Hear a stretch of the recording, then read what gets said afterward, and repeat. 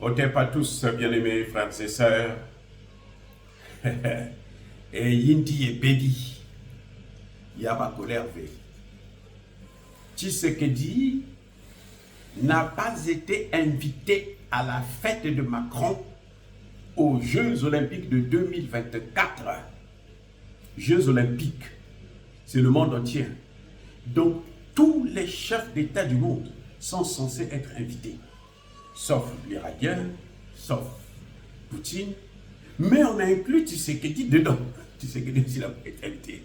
Bien fait pour lui. Maman Nayen, imbécile, un rien. Il lui faut ça. Il aime l'humiliation. Tshisekedi adore qu'on l'humilie. Il aime l'humiliation. Il adore se faire humilier.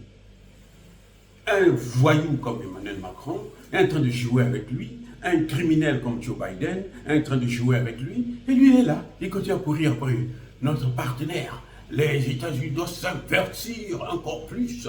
Les États-Unis doivent s'impliquer encore plus. Ils doivent regarder. Mais attendez, mais il y a quelque chose qui ne va pas.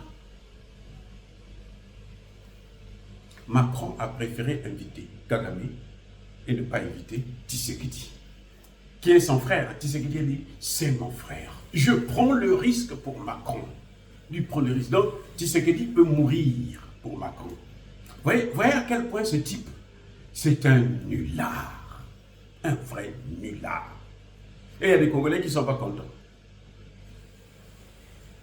Il y a des Congolais qui sont tristes parce que Tshisekedi n'a pas été invité. Mais c'est bien. Peut-être que ça va le pousser à comprendre que non, mais attendez, ces gens-là ne m'aiment pas. Laissez-moi aller vers les autres.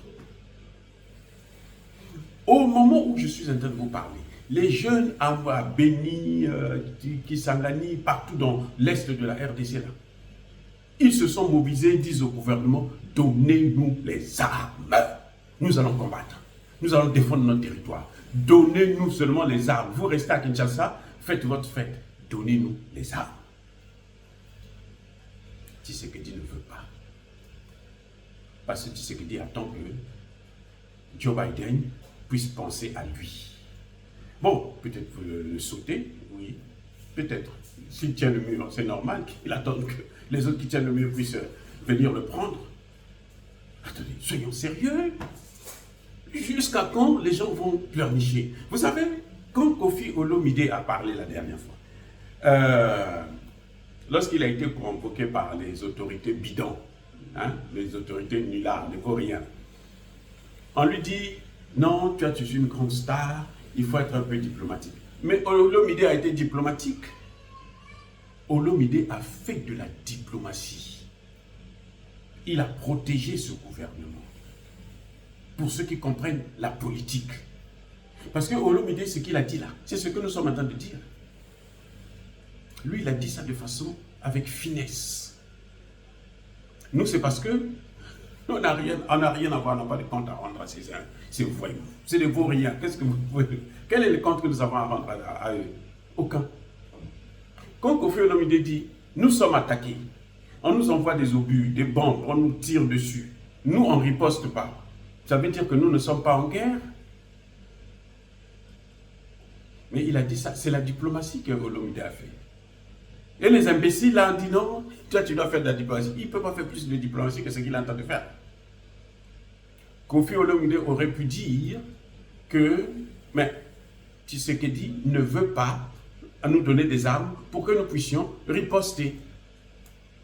Il pouvait dire ça. Là, ce ne serait pas la diplomatie. Et là, ce serait explosif.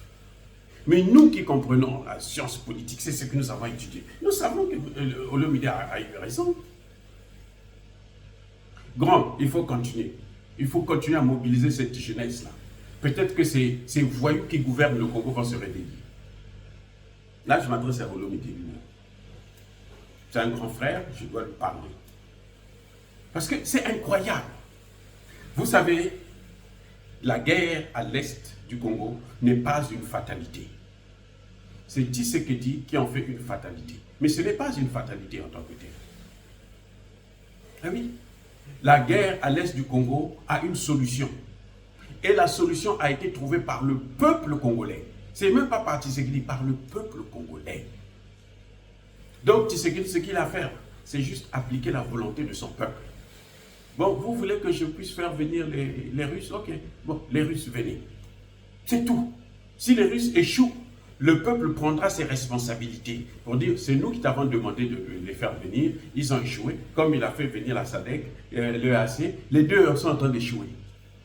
La SADC, là, les Américains demandent à la SADC, bon, repartez chez vous, on ne veut plus vous voir là-bas. Les Américains, c'est pas Tshisekedi.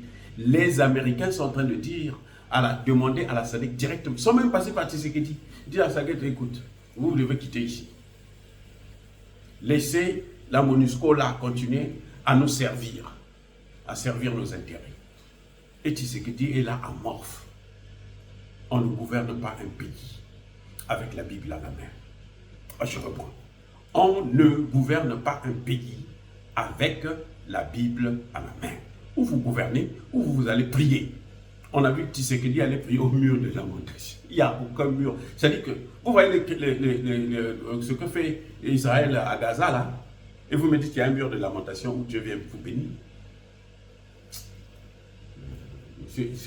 Franchement, c'est-à-dire que c'est incroyable. On n'a jamais vu ça. Si vous bénissez les Juifs, Dieu va vous bénir. Oh, donc c'est pour ça qu'ils peuvent tuer qui veut. Vous voyez comment un chef d'État peut gouverner sur la base des paroles que des hommes ont écrites qui n'ont ni tête ni queue. Puisque c'est avec la même Bible qu'on a proclamé l'esclavage. Et c'est un pape qui a déclaré, prenez-les en esclaves. Ceux qui résistent là, égorgez-les. Un pape. C'est pas moi, un pape. C'est pas moi. La guerre a une solution. Tshisekedi a une alternative.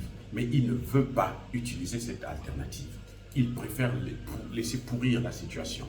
C'est-à-dire que Tshisekedi est en train de faire exactement comme le faisait Kabila. Mais Kabila, c'était autrement. Kabila, lui, il négocie avec Kagame et puis il prend les terroristes, il les introduit dans l'armée, dans l'administration et tout. Voilà ce que faisait Kabila pendant 18 ans. C'est pour ça que l'armée a été infectée. Tshisekedi vient, il trouve que l'armée est déjà tellement pourrie. Donc lui, il ne veut pas former des Congolais. Puis les jeunes, je vous dis, allez-y à Béni, allez-y à Goma. Les jeunes disent, nous on veut seulement qu'on nous donne une petite formation, même si c'est 1 mois, 2 mois, 1 semaine. Et puis nous on va combattre. Nous on veut protéger notre territoire. Tshisekedi refuse. Tshisekedi attend que la MONUSCO puisse achever le processus de balkanisation du Congo. C'est la MONUSCO. Vous savez, c'est une mission des Nations Unies qui a divisé le Soudan. C'est pas n'importe qui. Non. C'est une mission des Nations Unies qui est venue, qui a mis le Soudan en coupe réglée. C'est bien les Nations Unies qui ont détruit, séparé l'Érythrée de l'Éthiopie. Ils ne font que ça. Ils ne font que ça. Donc, nous sommes en train de partir vers la balkanisation du Congo, sauf si les Congolais se réveillent et puis, peut-être même, s'il en faut, se débarrasser de Tshisekedi d'une manière ou d'une autre. La démocratie n'a aucun sens si la démocratie ne permet pas de protéger les populations. Bien-aimés frères et sœurs, l'humiliation que Tshisekedi vient de recevoir en ce qui concerne l'organisation des Jeux Olympiques à Paris, c'est une humiliation criarde.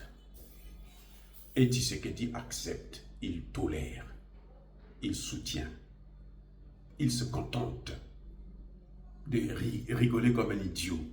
Non, nous, ce n'est plus ça le problème. Avec la France, avec les États-Unis, il faut rompre le cordon ombilical. Il faut suspendre les relations diplomatiques. Si j'étais à la place de Tshisekedi, j'aurais déjà expulsé l'ambassadeur des États-Unis, l'ambassadeur de France, l'ambassadeur de Belgique. Tout ce que la Belgique fait, on va sanctionner le Rwanda. Tout ça, c'est l'hypocrisie. Ils ont déjà occupé les terres. On peut le sanctionner parce que justement, eux, ils ne vont pas laisser le Rwanda. Vous croyez qu'ils vont laisser ces terres-là au Rwanda? Non. Le Rwanda va contrôler les terres pour eux. Ce n'est pas qu'eux, ils vont prendre les terres. Non. C'est eux qui veulent piller les matières premières, ce n'est pas le Rwanda. Le Rwanda n'a pas l'argent, n'a pas la technologie. Le Rwanda est l'un des pays les plus endettés de la sous-région. 10 milliards de dollars américains.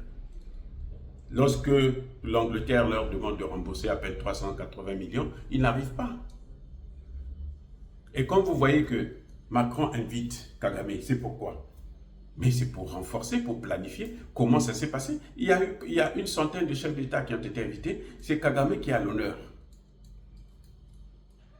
Parce que Kagame est en train de faire leur travail, leur jeu. Africains, africaines, réveillons-nous.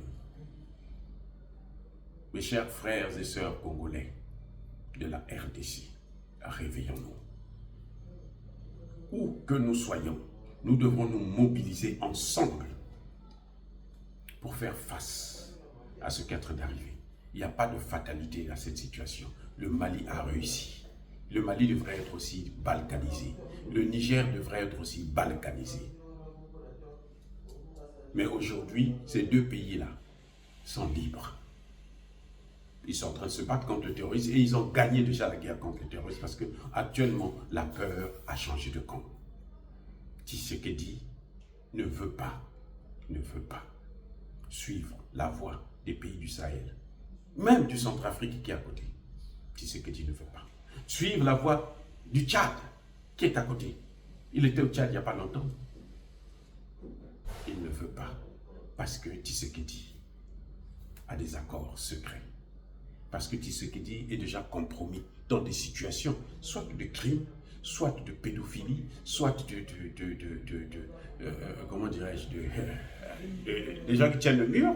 Soit il tient le mur, il ne veut pas qu'on sache, parce que les autres le tiennent à partir d'un élément de chantage. S'il n'y a pas de chantage là, ils ne peuvent pas le tenir.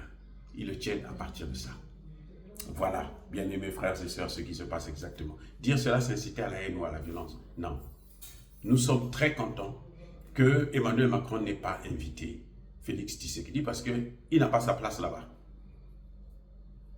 Il doit rester au Congo pour régler les problèmes des Congolais. Il n'a qu'à aller voir Poutine pour que Poutine puisse lui donner les armes pour contourner l'embargo américain et occidental.